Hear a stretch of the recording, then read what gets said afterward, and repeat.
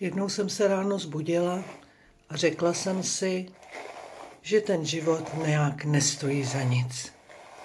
Koukala jsem se na vlasy a zjistila jsem, že ty vlasy nosím blond, ale vůbec mě ta blond nebaví a že mě dělá nějakou starší. Tak jsem se rozhodla, že první krok, který udělám, že si nabarvím vlasy. Ačkoliv to děláme všichni, když nás život nebaví. Tak jdem na to. Uvidíme, co z toho bude.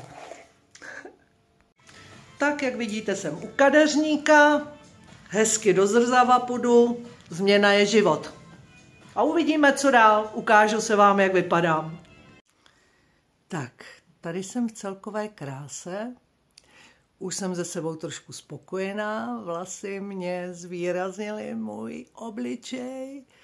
A první krok mám za sebou ke změně, k mojí změně, která se teď bude konat tenhle rok.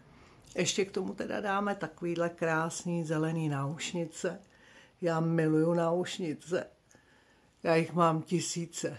Vidíte, jak je to krásný k té měděné barvě.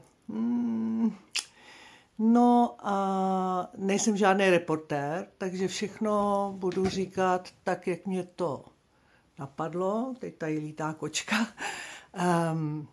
Teď mám další krok. Můj další krok je, že jsem se rozhodla v těchto letech studovat.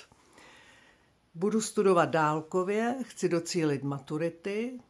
Vlastně dá se říct, že po 40 letech. No, v příštím nějakým videu vám řeknu moji krkolomnou cestu, ale příštích 14 dní už budu ve škole. Strašně se moc těším. A navrhněte mi třeba, jakou změnu byste pro mě ještě doporučili, nebo co byste na mě rádi viděli. Budu se snažit. Musím být prostě zajímavější pro ten svůj život, který teďka odstartuju. Zatím se mějte. Ahoj.